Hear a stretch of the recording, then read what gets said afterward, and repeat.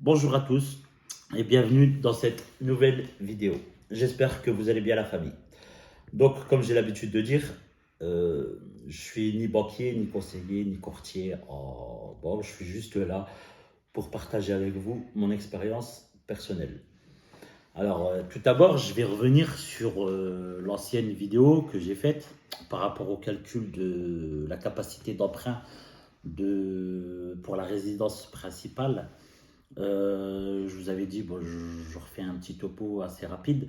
Je vous avais dit qu'il fallait aller sur l'application ou le site Meilleur Taux, mettre le montant de votre mensualité, enfin du tiers de vos revenus, et puis le calculateur faisait tout seul. Donc, je voulais revenir sur ça parce que il y a sur cette application, donc quand vous allez aller sur cette application ou le site, vous allez voir, tout en bas, vous allez avoir plusieurs icônes. Il va y avoir l'icône taux, simulateur, après je ne sais plus il y a quoi d'autre, mais bon, il y en a plusieurs, il y en a 3, 4. Vous choisissez simulateur. Quand vous allez prendre, quand vous allez rentrer dans le simulateur, vous allez avoir une liste de plusieurs choses. Il va y avoir donc la première, on part sur, si vous mettez le montant de votre acquisition, il vous calcule votre mensualité. Le deuxième, c'est si vous mettez votre mensualité, il vous calcule votre capacité d'emprunt avec le montant des intérêts total et le montant de l'assurance totale. Le troisième, c'est justement un calcul pour la capacité d'emprunt. Celui-là, je ne vous le conseille pas trop parce qu'il est assez compliqué et pas très fiable à mon goût. Après, bon, vous avez le calcul comment ça s'appelle, des frais de notaire. Il y a plusieurs trucs, quoi. Donc nous, ce qui nous intéresse, c'est le deuxième. Donc quand vous rentrez dans le deuxième, il va vous demander le montant de votre mensualité par mois. Bon, vous mettez par rapport ce que je vous avais expliqué dans l'ancienne vidéo, les 33% ou le tiers de vos revenus. On part sur le principe, pour faire un calcul facile, on part sur le principe, vous touchez 1500 euros. 1500 euros, le tiers ou les 33%, ça fait 500 euros. Donc là, si vous allez dans le site, dans ce simulateur, donc vous choisissez simulateur, vous prenez le deuxième, je ne sais plus comment il l'appelle, mais c'est le deuxième, vous rentrez 500 euros, hop, vous faites je calcule, il va vous sortir un montant. Il va vous sortir un montant avec le coût total des intérêts, et le coût total de l'assurance. Sur ce montant-là, ce qu'il faut vous dire, c'est que sur ce montant-là, il faut enlever justement le coût total des intérêts et le coût total de l'assurance. Par contre, avant de faire ça, moi ce que je vous conseille, c'est un peu ce que je vous expliquais dans l'ancienne vidéo, c'est de faire la modification du taux d'intérêt. Pourquoi? Parce que c'est des taux super intéressants auxquels qui sont limite assez utopiques pour ma part, sauf si, comme je vous le disais dans l'ancienne vidéo, sauf si vous touchez 6 000 euros par mois et que vous demandez 1 000 euros par mois. Donc là, oui, ils vont faire des taux très intéressants. Mais je pars sur le principe, à une personne qui touche 1500 euros, c'est impossible qu'il y ait un taux comme celui-ci. Donc c'est pour ça que je vous conseillais d'augmenter toujours le taux. Donc je reviens sur ce que je disais. Je ferme la parenthèse, je reviens sur ce que je disais. Donc je vous disais, ouais, vous mettez votre montant, hop, il vous sort le coût total du crédit. C'est-à-dire, coût total du crédit, ça correspond à quoi? Ça correspond au montant que vous empruntez. Vous additionnez le coût total, enfin le montant total des intérêts sur la totalité du prêt et le coût total de l'assurance sur la totalité du prêt. Donc là, une fois que vous avez ce montant-là, ce que je vous conseille, il y a modifier. Vous faites modifier, il vous remet sur une page où est-ce qu'il y a vos 500 euros par mois que vous avez mis. Il vous met en dessous le taux d'intérêt et en dessous le taux de l'assurance. En règle générale, le taux d'assurance est toujours à 0,36. Pareil, je vous conseille de le mettre à 0,5 parce que c'est assez utopique 0,36, mais bon, sauf si vous avez 20 ans. Mais bon, 20 ans, faire un prêt, ça m'étonnerait que. Enfin, il n'y en a pas beaucoup qui se lancent à 20 ans dans l'immobilier. Mais bon, malgré qu'il y en a. Donc, moi, je vous conseille donc, ouais, de changer ce taux-là. Donc le taux d'assurance, vous le mettez à 0,5 et le montant, le taux d'intérêt, le taux d'intérêt, vous le changez et vous le mettez là, s'il y a 1,05, vous le mettez à 1,2 ou 1,3. Selon ce que vous voulez, mais bon, je vous conseille plus 1,3 que 1,2, mais bon. Donc vous refaites 1,3, taf, vous refaites je calcule, là il va vous recalculer le truc avec, voilà, un nouveau montant. Sur ce montant-là, ce que vous faites, le montant qu'il vous donne, vous enlevez le taux, le, le, le, le, le coût total des intérêts, c'est toujours stipulé dans la page dans laquelle vous serez. Donc le coût total des intérêts, vous le déduisez du montant total du prêt. Vous enlevez donc ça et le coût des intérêts. Donc là, une fois que vous avez enlevé le coût total des intérêts et le coût total de l'assurance, là, vous allez avoir le prix, enfin le montant plutôt, auquel vous pouvez commencer à chercher les biens.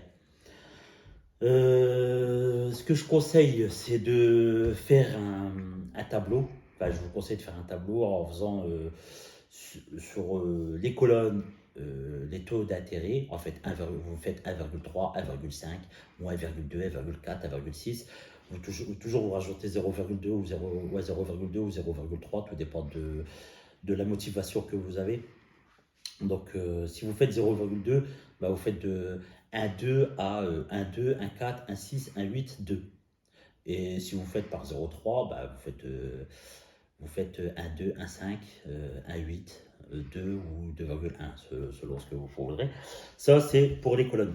Ensuite, pour les lignes, c'est pareil. Là, par rapport aux lignes et tout, je vous conseille, c'est de faire plusieurs années. Donc, plusieurs annuités, c'est de commencer à 20 et de finir à... commencer à 15, pardon, et de finir à 20 ou 25. Pareil, vous faites tous les 2 ans ou 3 ans. Après, vous allez voir, de toute façon, c'est assez régulier. Ça va être assez régulier comme truc. Mais vous allez voir sur la première ligne, quand vous allez faire sur la première ligne sur 15 ans avec 1,2, 1,4, 1,6, 1,8, vous allez voir que les différences, elles sont quasiment égales entre les deux. donc voilà. Donc là, par rapport à la résidence principale, voilà, je pense que j'ai dit ce que j'avais à dire. Au cas où vous avez des questions ou quoi que ce soit d'autre, n'hésitez pas à me laisser un commentaire ou me poser vos questions et j'essaierai de vous répondre. Du moins, je vous répondrai. Donc après avoir parlé de ça, on va parler de la capacité d'emprunt pour de l'investissement locatif. Parce que là, tout ce que je vous avais expliqué, c'était pour la résidence principale. Là, on va parler de l'investissement locatif. Donc l'investissement locatif, on part sur le même principe, toujours avec le tableau, c'est toujours bien.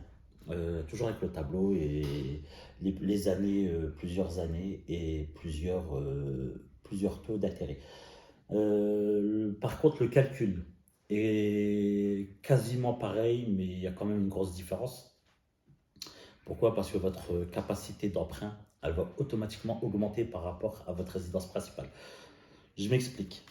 Alors, pour l'investissement locatif, c'est pareil. On part sur le principe. Par exemple, enfin, on part sur un exemple comme ça, au moins,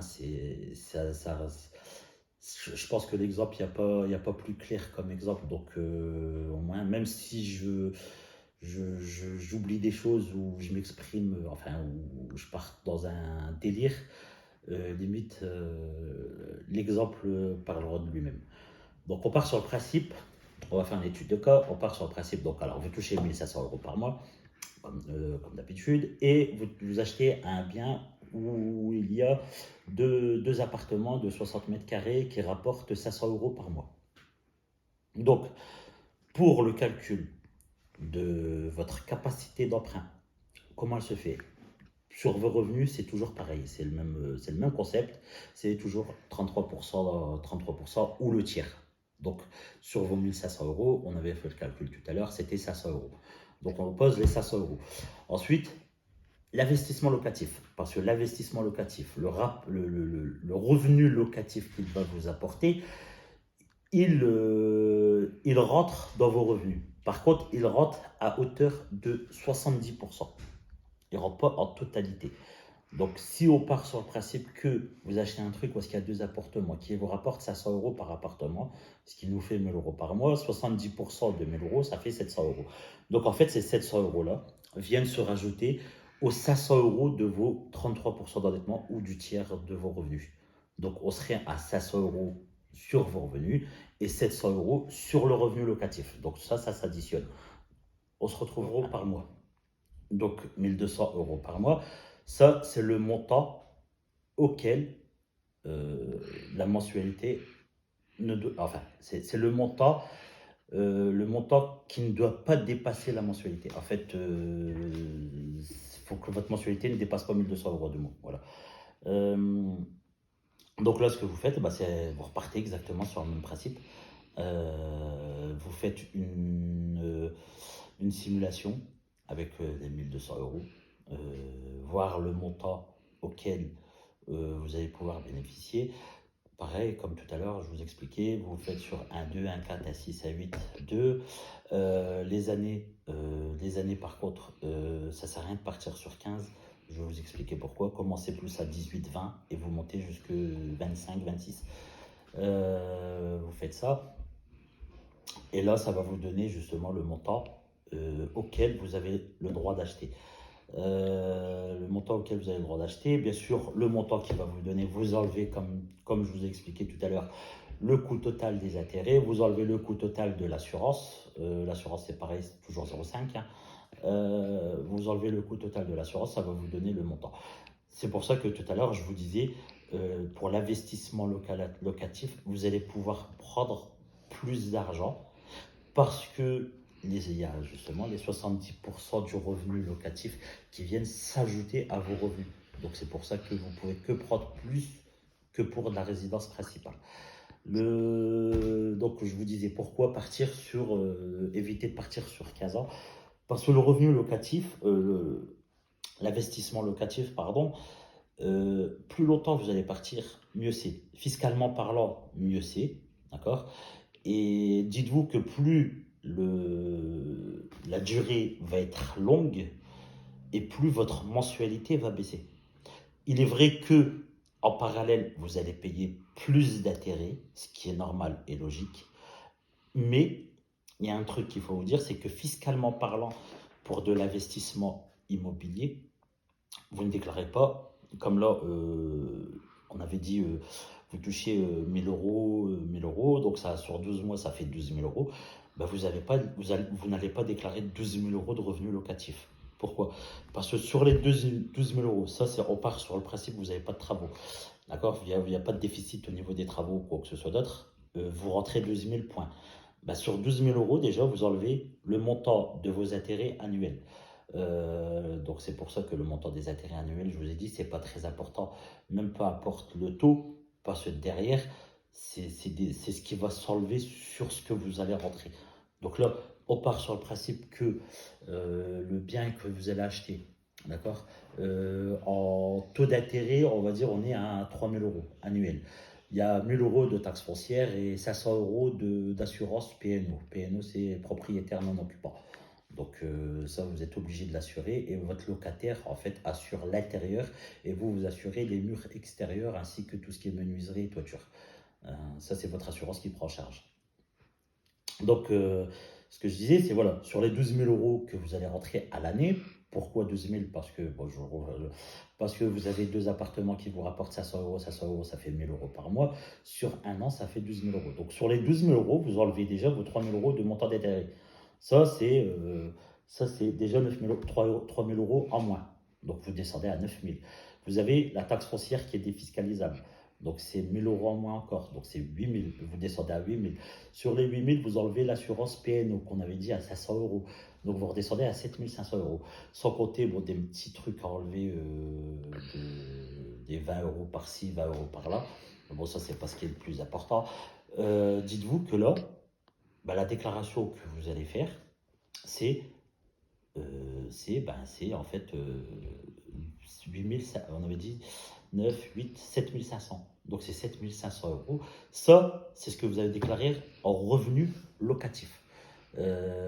Sachant que si vous n'avez pas fait de travaux, sachez qu'il y a une fiscalité à suivre, donc il y a des impôts sur les loyers que vous allez encaisser, et les impôts s'élèvent à 17,2%, je pense. Je crois que c'est ça, ouais. 17,2%. Donc sur les 7 500 euros, vous allez les donner 17,2%. Ça, c'est l'impôt. Et donc 17,2 sur 7500, j'ai pas fait le calcul, mais bon, on est quoi? 7005 plus les 3 quarts, ça fait 2, 4, 6, ça fait à peu près 1800. Ouais. On doit être dans les alentours de 1200 euros à peu près, dans ces eaux-là. Donc là, c'est 1200 euros, ça c'est l'impôt sur les loyers que vous payez.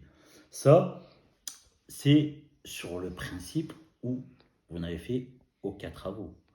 Après, rien ne vous empêche de refaire limite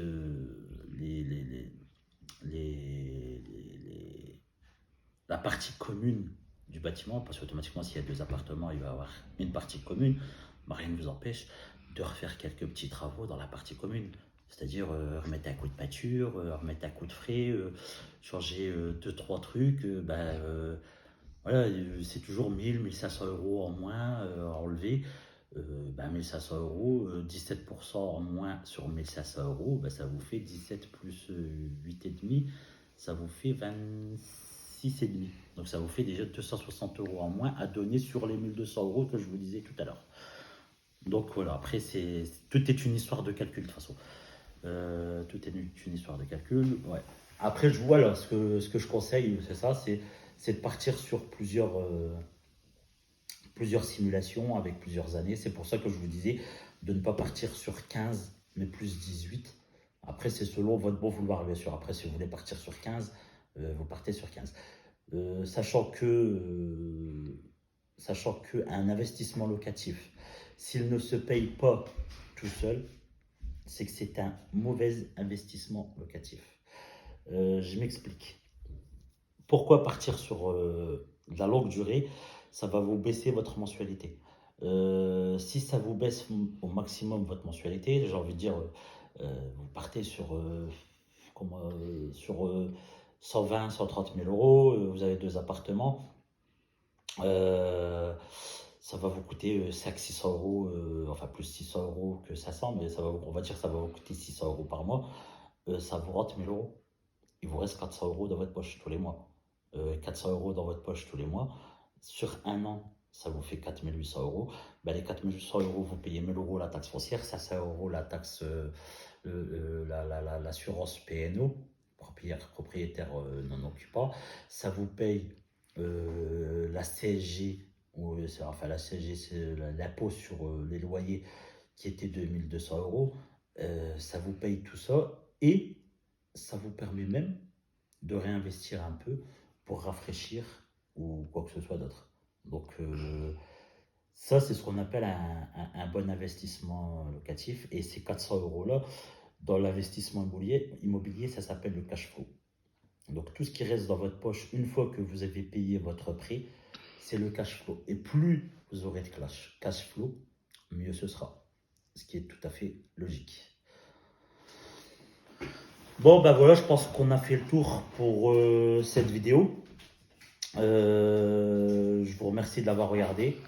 N'hésitez pas de vous abonner. N'hésitez pas à vous abonner, pardon. Me laisser un pouce bleu et commentaire ou des questions si vous avez des questions éventuelles pour un suivi. À très bientôt. Ciao, ciao, ciao.